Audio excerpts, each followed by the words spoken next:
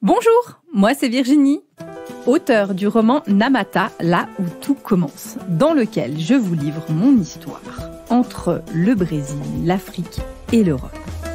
Initiée dans une tradition afro-brésilienne depuis plus de 10 ans, je suis aujourd'hui accompagnatrice spirituelle multiculturelle. J'invite chacun et chacune à initier son pèlerinage intérieur pour trouver sa propre foi. Dans ce podcast, on parle religion, spiritualité sans langue de bois, sans tabou et dans le respect indispensable des croyances de chacun. Et bienvenue à toi dans cette nouvelle semaine. Dans cette nouvelle semaine, on va ouvrir un nouveau cycle, un cycle sur le temps. Pourquoi le temps ? Parce que dans la cosmogonie, donc dans l'origine, dans les genèses du monde, selon les orishas et les traditions afro-brésiliennes, est arrivé le premier orisha qu'on a vu en épisode 32, Oxalá, qui a créé le monde, et ensuite arrive Oya du temps, la personne qui a l'orisha, la divinité qui a mis la notion de temps dans notre réalité. C'est-à-dire que c'est elle qui met le fait que nous vieillissons, que nous naissons, qu'il y ait des heures, qu'il y ait du temps qui passe et qu'il y ait une pluralité dans la relation au temps.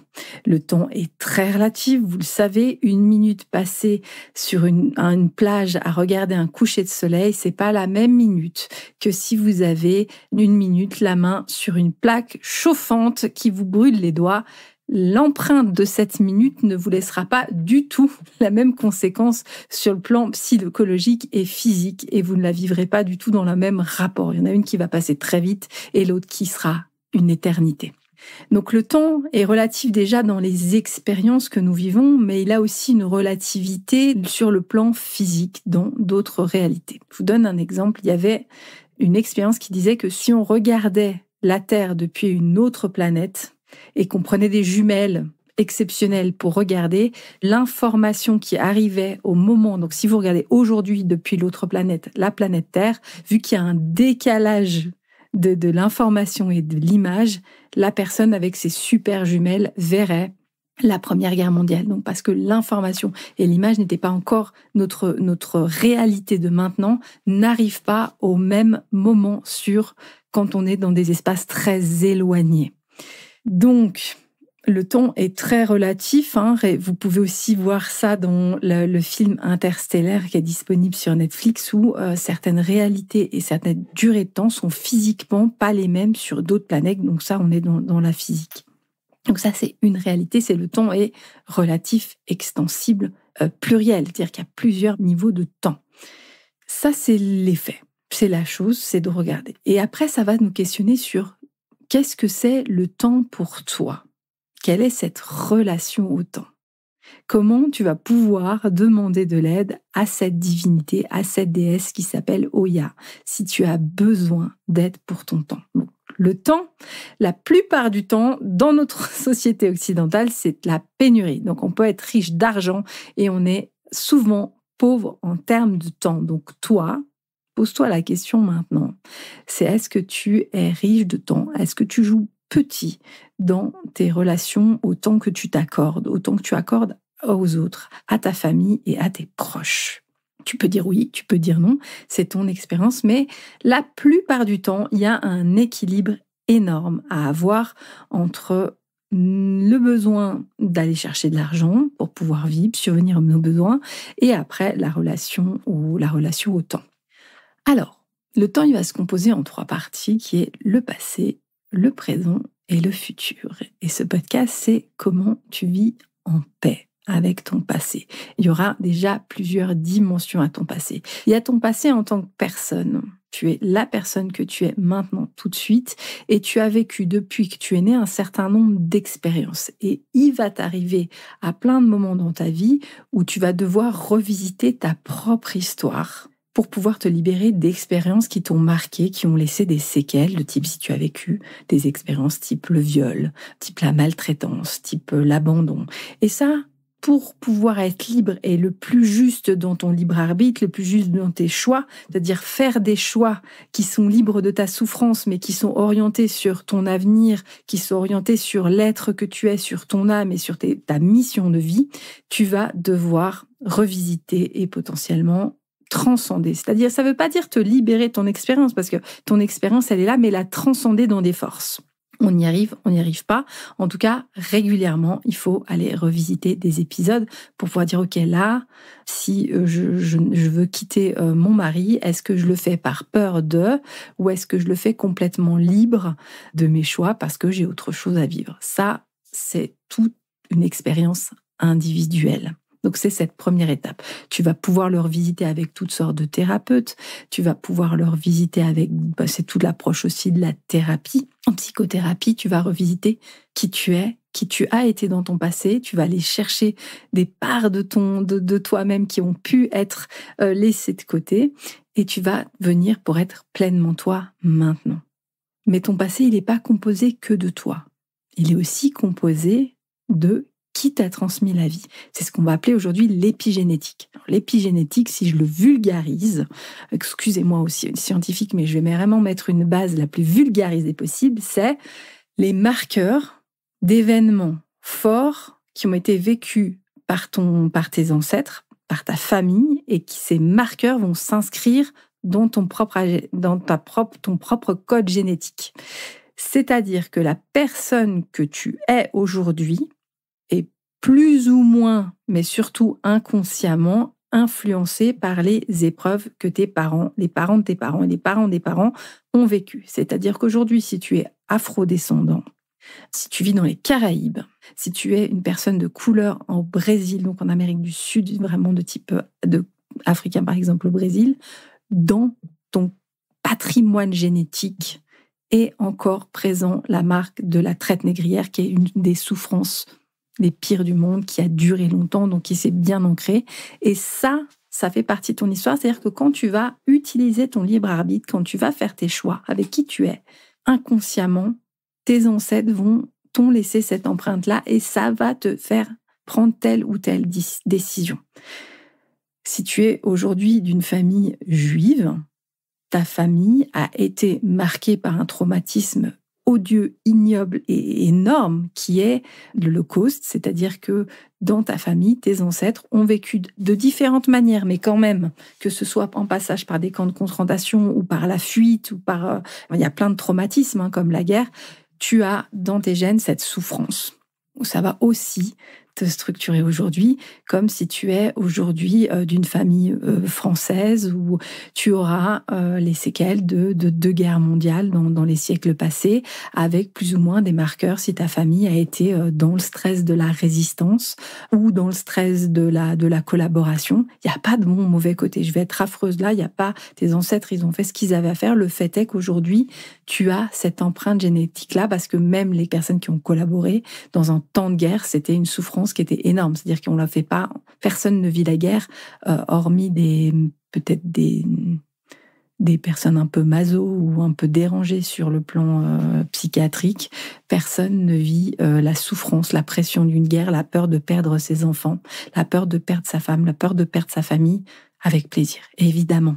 Donc, ça, c'est tout un patrimoine que tu auras, comme tu peux avoir aussi les séquelles d'événements un peu moins marquants, mais qui ont marqué ton patrimoine, c'est-à-dire, par exemple, une famille qui a dû fuir son village, son pays, pour une raison X ou Y, parce qu'il y avait un enfant illégitime, parce qu'il y a eu des trahisons, des choses comme ça. Et tu es aussi composé de choses comme ça, donc de vagues migratoires, de trahisons, d'éventuellement de grosses souffrances familiales, type, par exemple, un suicide ou des choses comme ça, qui marquent une famille et qui peut blesser la perte d'enfant.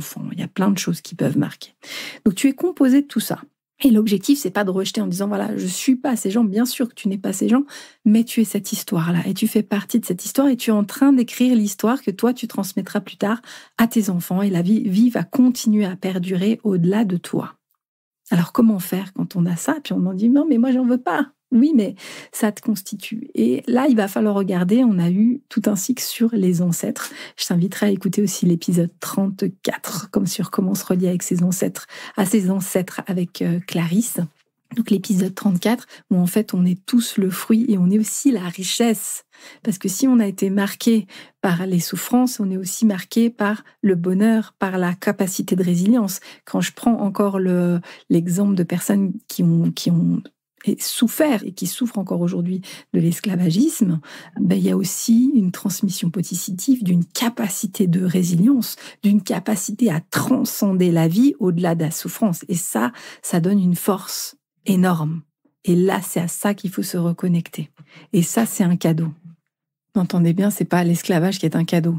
Ne me faites pas dire ce que je n'ai pas dit, mais c'est bien de dire, en tout cas, ces hommes et ces humains qui ont réussi à perpétuer la vie, ils avaient une capacité de résilience énorme. Et pour les descendants de ces populations, c'est effectivement quelque chose à pouvoir voir le positif. En tout cas, et honorer ses ancêtres comme des personnes, des femmes et des hommes d'une grande force mentale et physique. Donc, comment faire par rapport à tes ancêtres? La première chose, c'est de dire, il y a les ancêtres qui sont loin. Puis les ancêtres, on peut les honorer quand on les connaît pas, parce qu'en fait, ils sont un peu mythiques, on connaissait pas leurs défauts. Après, il y a tes grands-parents, puis tu peux savoir que papy Alain ou papy André, il n'était pas si cool que ça, c'est OK. Et on a tous ça dans nos familles. Mais même si papy André, il n'était pas cool, il y a une chose qu'il a fait de bien dans sa vie, une seule peut-être, c'est qu'il a transmis la vie. Et il a fait qu'il y a eu ton papa, qui a fait qu'il y a eu toi à ce moment-là. Et en fait, papy André, il était peut-être pas cool, mais il a transmis la vie que tu es maintenant. Et ça, rien que ça, c'est un cadeau au monde. Donc il y a une chose qu'on peut remercier nos ancêtres, c'est d'avoir transmis la vie et nous permettre de recevoir la vie maintenant, de pouvoir l'expérimenter, même si la vie n'est pas toute rose, même si la vie c'est pas toujours simple, mais de pouvoir l'expérimenter, de pouvoir vivre, de pouvoir l'honorer, de pouvoir aussi nous-mêmes après la transmettre. Donc nos ancêtres, on peut les remercier et les honorer pour la vie qu'ils ont transmise. Et là, je vais faire référence à Bert Hellinger qui a créé les constellations familiales, qui dit « Nos parents, on leur doit la vie, le reste, c'est du bonus ». C'est-à-dire que si tu es aujourd'hui vivant, tu m'écoutes, tes parents, ils ont soit réussi à te confier à une personne qui a assuré le fait que tu manges, que tu sois un minimum en bonne santé, que tu aies des soins médicaux de base et que tu sois habillé pour être vivant et m'écouter aujourd'hui. Donc tes parents, ils ont fait ce qu'ils avaient à faire, plus c'est du bonus. Ce que tu as eu plus que la vie, c'est du cadeau. Alors oui, ils n'étaient pas parfaits, mais tu es vivante là maintenant, donc le minimum a été fait. Le reste, tu remercies.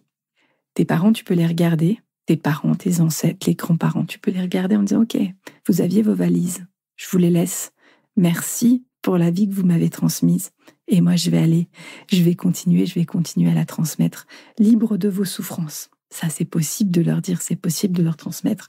Tu peux le faire par écrit, tu peux le faire dans la nature, tu peux le faire dans l'eau, avec l'eau, tu peux le faire transmettre tout dans un feu. Il y a plein de manières de faire, mais tu leur rends ce qui leur appartient.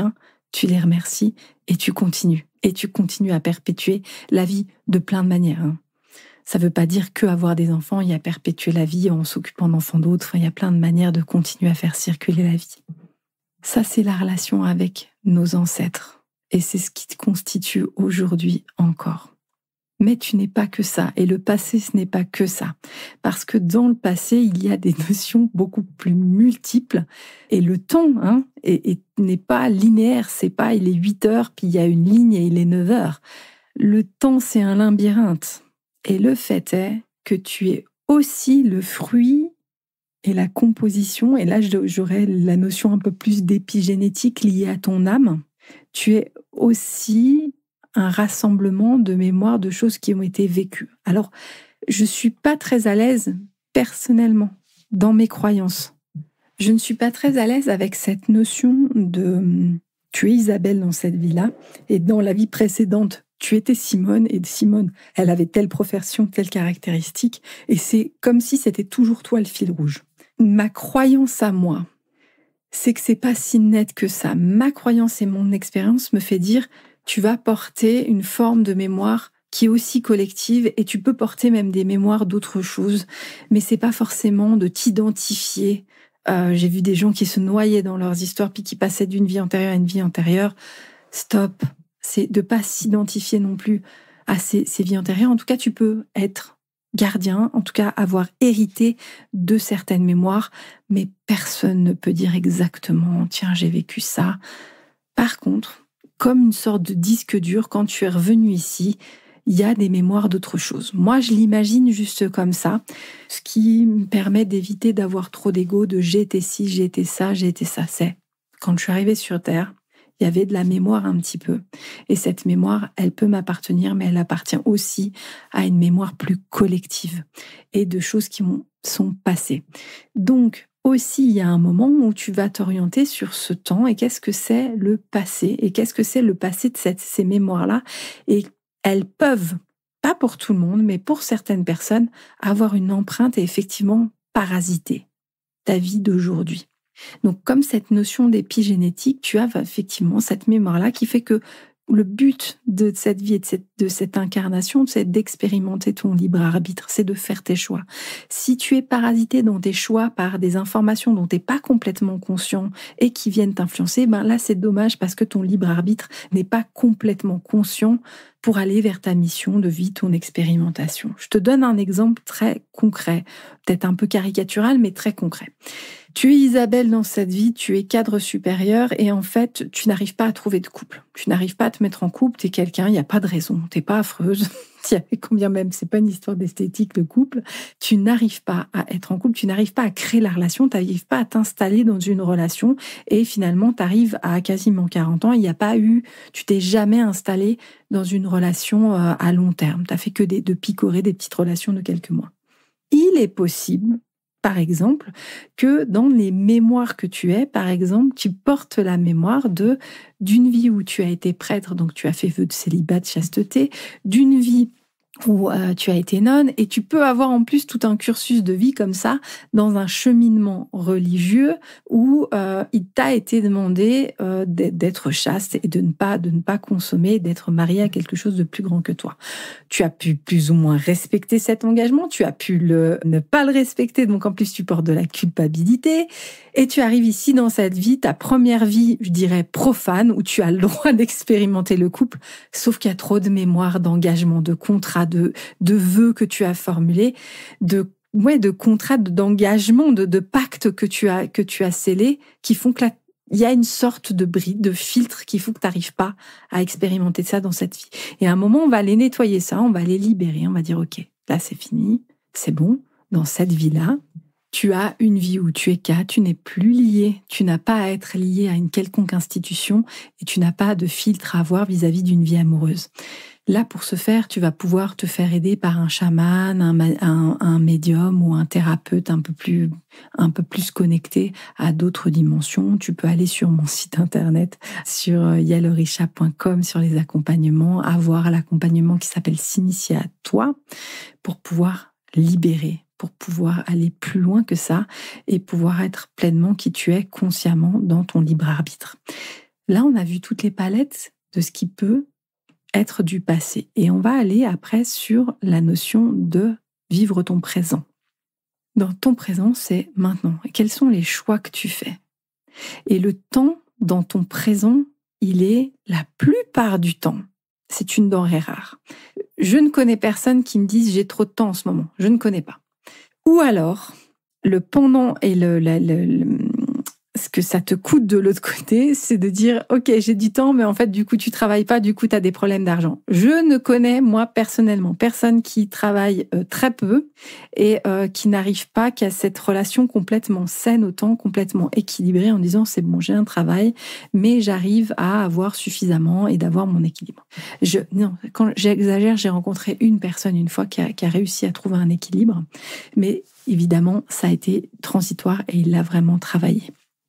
Le temps, ça veut dire, dans ton maintenant, tu auras plusieurs notions. C'est est-ce que tu joues petit avec ton temps? Est-ce que tu manques de temps avec tes proches? Est-ce que tu manques de temps avec tes amis? Ou est-ce qu'au contraire, t'es trop phagocyté par cette partie-là et tu as plus de temps pour toi? Donc le temps, c'est avoir du temps pour toi, pour te ressourcer, du temps pour ta famille, pour tes proches, pour tes amis, d'avoir du temps pour l'extérieur, d'avoir du temps peut-être pour des engagements que tu veux avoir, qui soient bénévoles dans ton quartier, après dans des engagements un peu plus grands, dans des associations si tu veux changer le monde, et du temps pour ton travail et d'arriver à tes t'épanouir dans la pluralité de ce que tu es, c'est-à-dire peut-être d'un point de vue professionnel, avec des dominantes. Tu peux t'épanouir à fond en tant que maman et tu auras plus ou moins envie de reprendre après une activité professionnelle, suivant ce qui est ton choix, suivant ce qui est dans ton couple, suivant comment tu te structures. Mais c'est de dire, est-ce que pour toi, c'est en équilibre ? Est-ce que c'est OK ? Est-ce que tu as trop de temps avec ta famille et du coup, tu te noies et puis tu as besoin d'une activité professionnelle ? Ça vous est tous arrivé, on a tous eu des amis où à un moment, elles ont fait 1-2 ans à la maison, elles disent, je n'en peux plus, j'ai besoin de retourner travailler et c'est OK. Et c'était peut-être au tout départ, quand elles se sont arrêtées, très juste, mais à un moment, c'est toujours à réévaluer, de dire, OK, là, j'ai trop de temps avec ma famille, ça me bouffe, j'ai pas de temps pour m'épanouir, j'ai besoin de retravailler. Et j'ai besoin d'un nouvel équilibre, j'ai besoin de nouveaux défis. Et du coup, la répartition et les jauges de temps sont différentes. Elles évoluent au fil de ce qui se passe aussi dans ta vie. On n'a pas du tout le même rapport au temps quand on a 2 enfants en bas âge que quand on a des adolescents. C'est plus la même chose, c'est plus la même dépendance vis-à-vis des enfants. L'espace familial est différent. L'espace du temps qui est nécessaire en famille et de la dépendance qu'il peut avoir est complètement différent. Donc on recalibre et ça, c'est à interroger très régulièrement. Mon mari dit toujours, la fatigue, ça fait pas crédit. Et en fait, de pas gérer ton temps, parfois, ça va t'épuiser. Et en fait, l'épuisement, il n'est pas forcément physique parce que tu fais... il peut être physique parce que tu es paysagiste, maçon, ça c'est OK. Le soir, tu as une fatigue physique, mais tu peux aussi avoir une fatigue cognitive. Et la plupart des personnes qui viennent me voir en consultation quand ils me disent « je suis épuisée », je ne vous cache pas que c'est des personnes dans des bureaux. Et la fatigue, elle se joue pas sur le plan physique, elle se joue sur le plan cognitif, elle se joue sur le fait que leur quotidien, leur travail leur prend trop de temps. Et là, ça demande à s'interroger. Je vais vous donner quelques chiffres. Et là, c'était Pierre Gilbert, qui est un mentor en communication et en management, qui a fait un calcul de ratio sur le fait que dans notre vie, nous venons travailler au total, je vous le demande, combien de temps travaillons-nous en pourcent au total dans notre vie ? C'est entre 10 et 20%. C'est même pas 15%. Et en fait, si on le remet en perspective, si demain on t'annonçait que tu redescends sur Terre, on dit ok, tu veux descendre, pour pouvoir vivre et pour pouvoir subvenir à tes besoins, tu travailles environ 15% de ta vie, puis après le reste c'est pour toi, tu vas expérimenter des trucs. Franchement, vu comme ça, on dirait tous, ouais, ok, 10-15%, c'est pas grave. Le problème aujourd'hui, c'est quand on expérimente et quand on est dedans, c'est quelle est la place de ces 10 à 15%. Et ça devient un problème quand ce travail, en fait, il vient dans le sommeil, il vient au niveau physique, il vient dans toutes les conversations avec des amis, il vient et du coup, il déborde partout, il vomit le travail dans tout au quotidien et tu n'es plus dans des vraies relations avec les autres, tu n'es plus dans une vraie liberté au niveau cognitif parce que tu es tout le temps en train de penser à ton travail et là, c'est plus juste.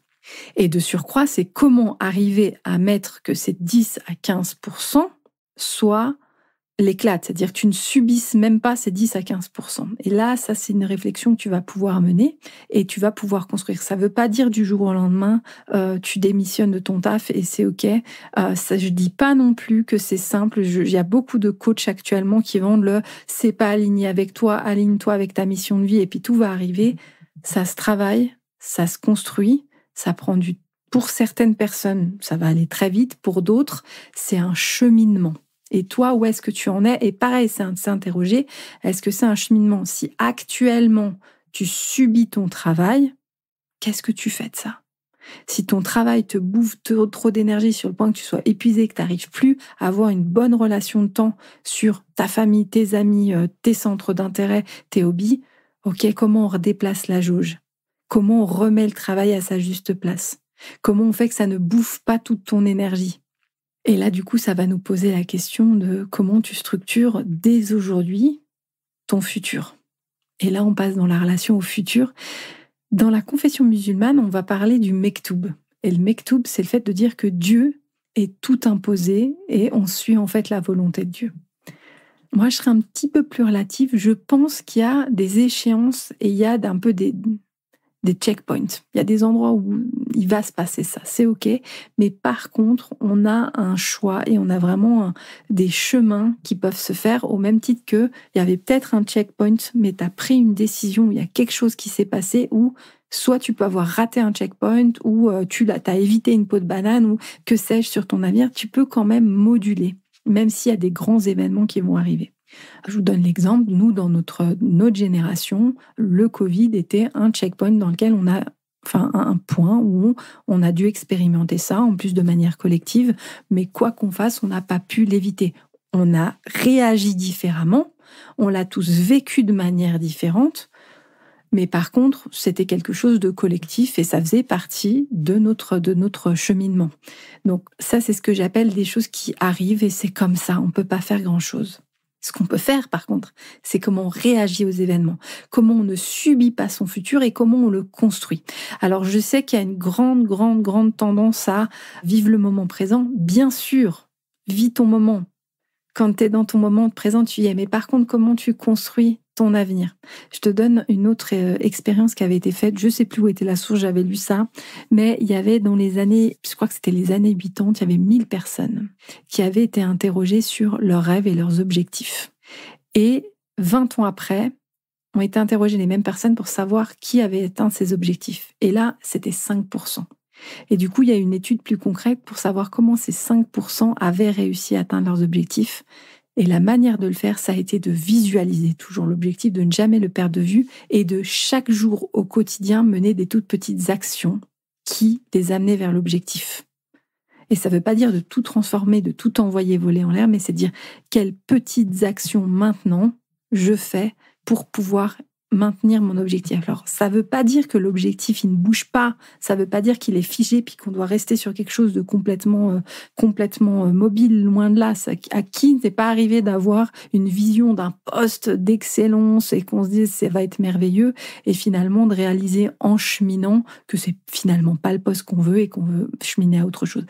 Ça, c'est évidemment possible et ça arrive à tout être humain. Par contre, il y a peut-être des grands objectifs. Je te donne l'exemple, tu veux une maison.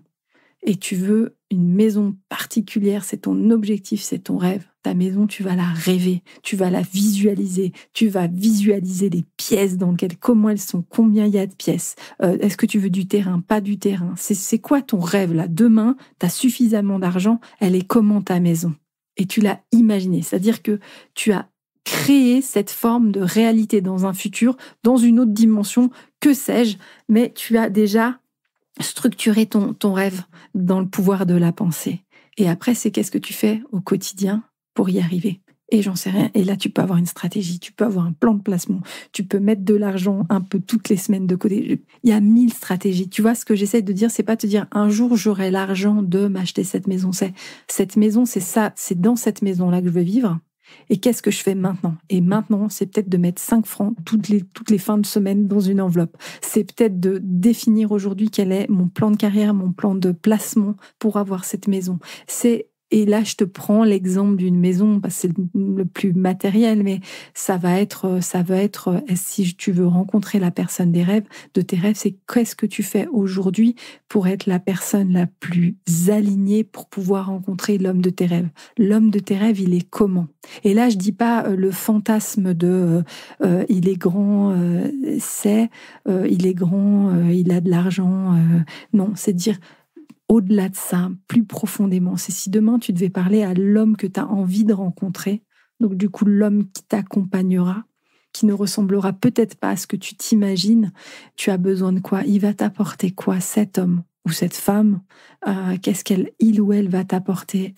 Toi, tu aurais besoin de quelqu'un d'attentionné. Tu as besoin peut-être de quelqu'un qui aime profondément la nature. Tu aimerais quelqu'un qui partage ta passion pour le cinéma parce que c'est quelque chose qui est important dans ta vie. Et là, tu te fais le portrait intérieur de la personne.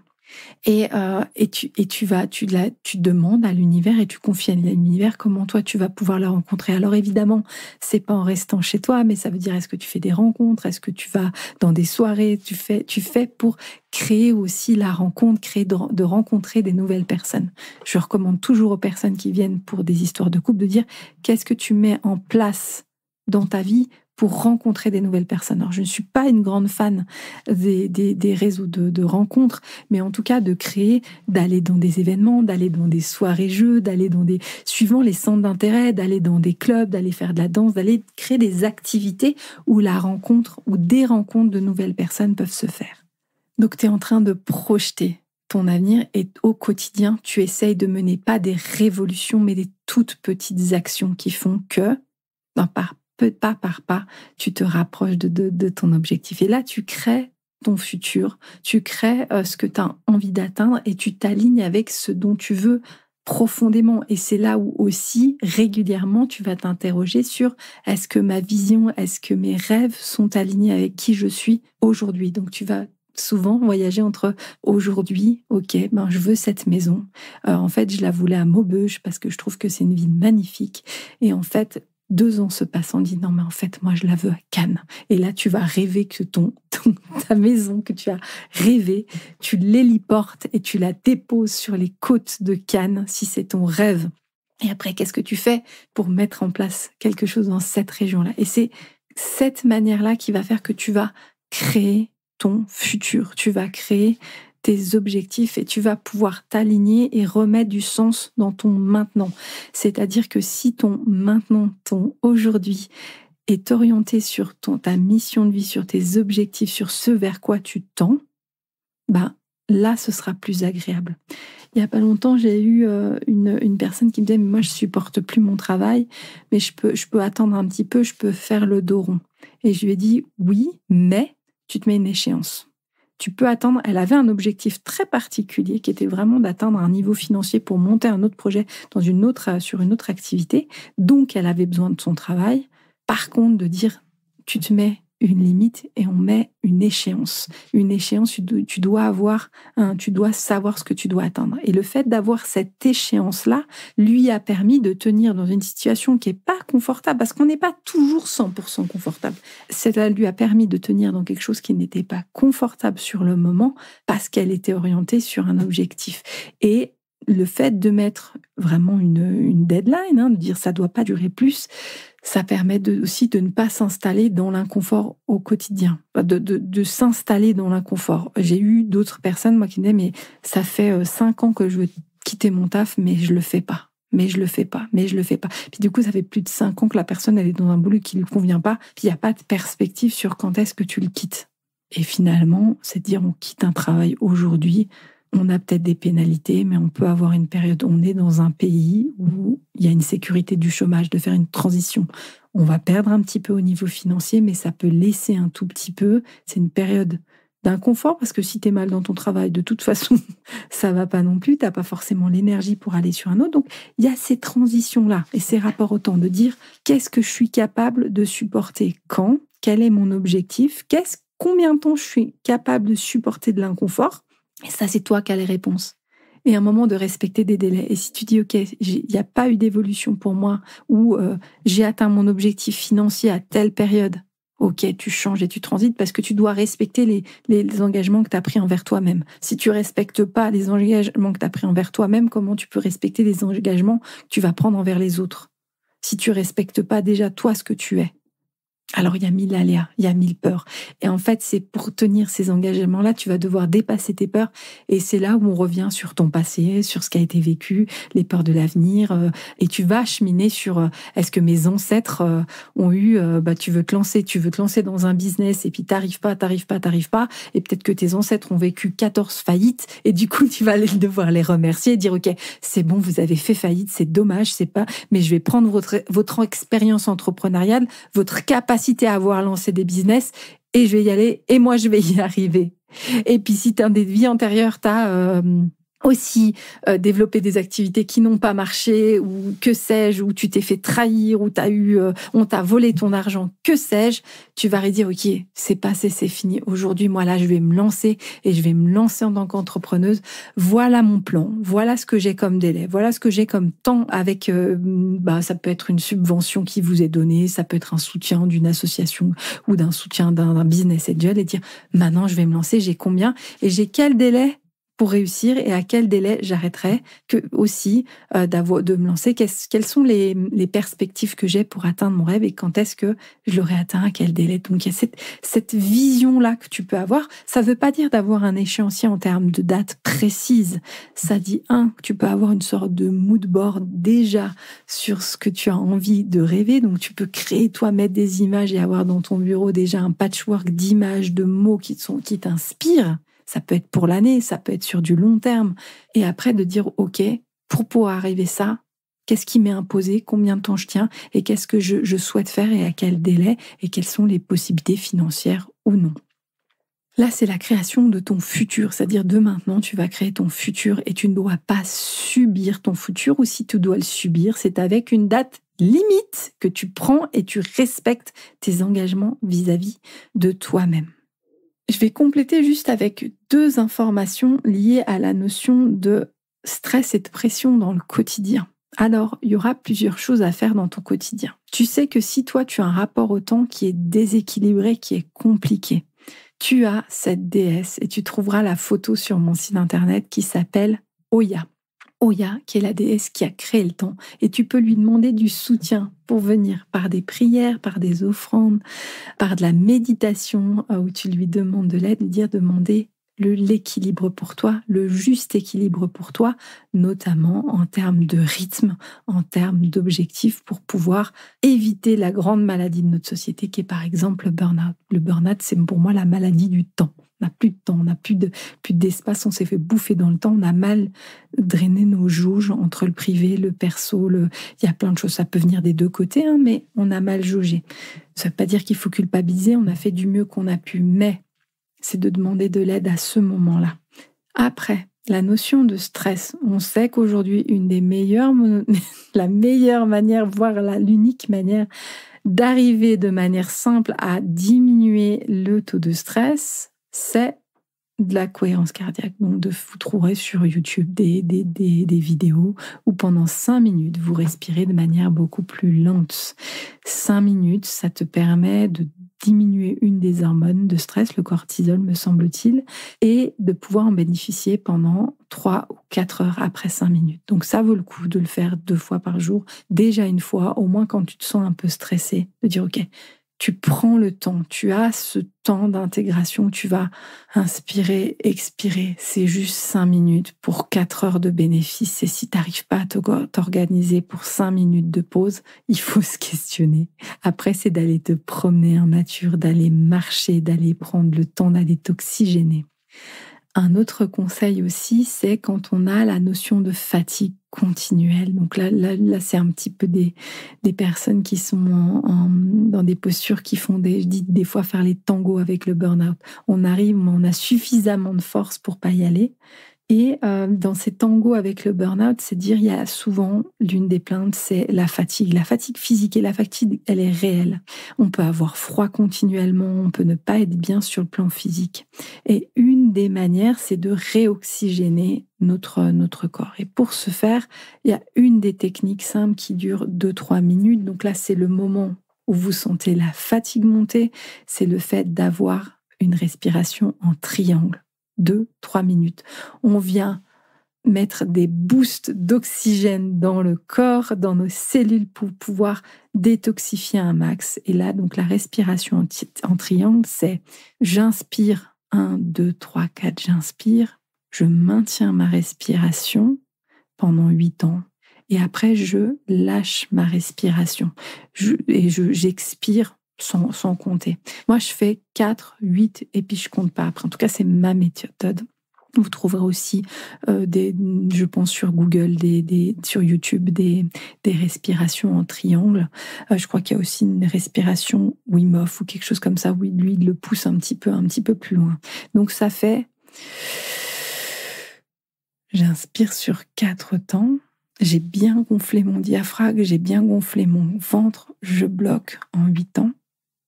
Et j'expire tout.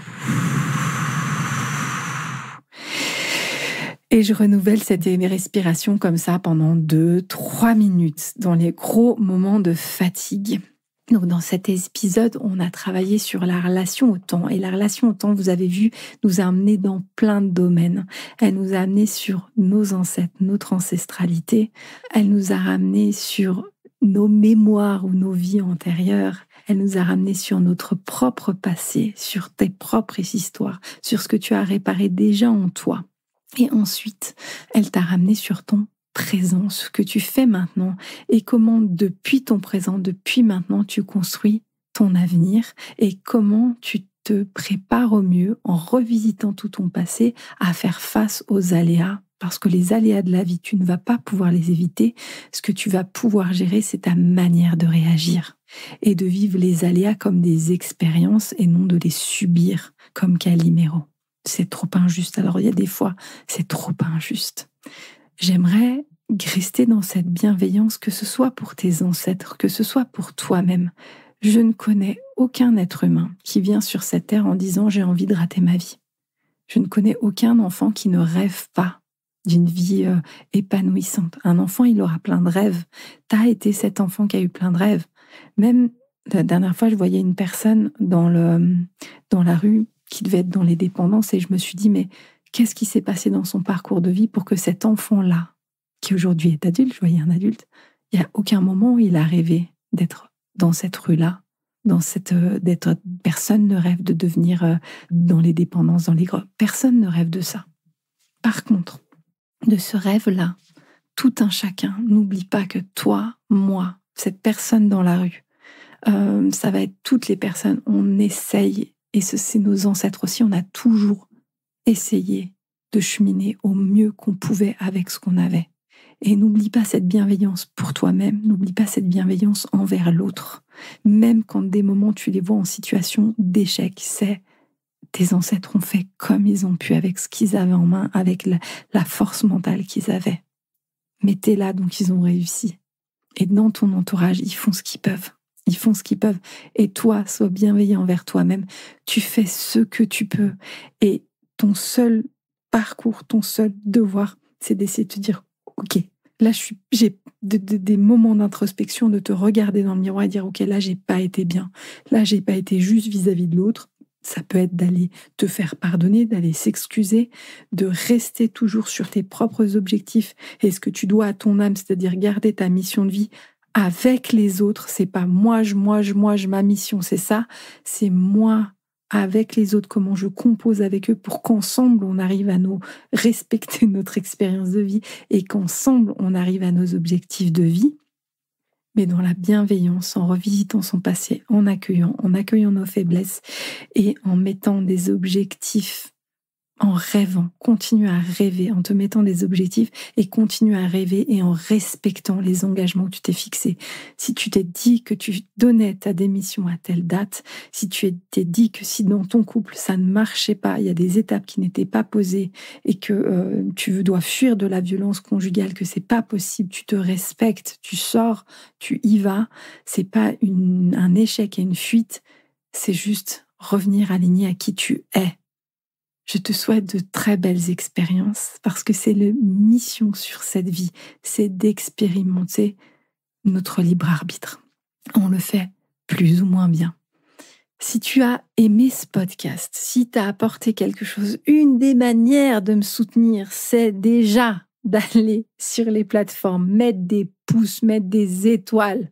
Donc, de dire à la plateforme sur laquelle tu écoutes, d'aller indiquer que tu as aimé ce podcast, ça me permet de bénéficier d'un meilleur référencement et que ma voix soit portée sur d'autres comptes.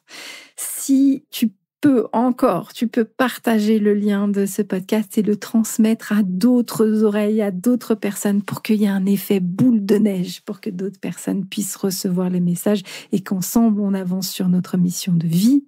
Et si tu veux aller encore plus loin, tu peux aller sur mon site internet, cyriellericha.com, aller faire un don, si c'est sur la page de don pour soutenir le travail qui a été fait. Ça, c'est les 3 manières de me soutenir. Je te remercie. J'espère que tu as passé un très bel épisode. J'espère que tu as des pistes de réflexion pour t'aligner dans ta vie.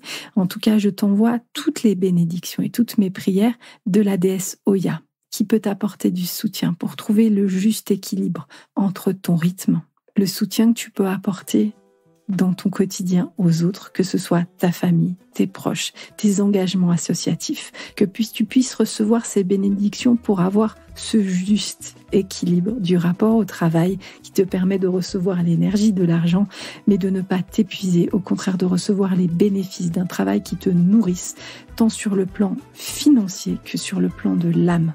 Je t'envoie donc toutes les bénédictions d'Oya.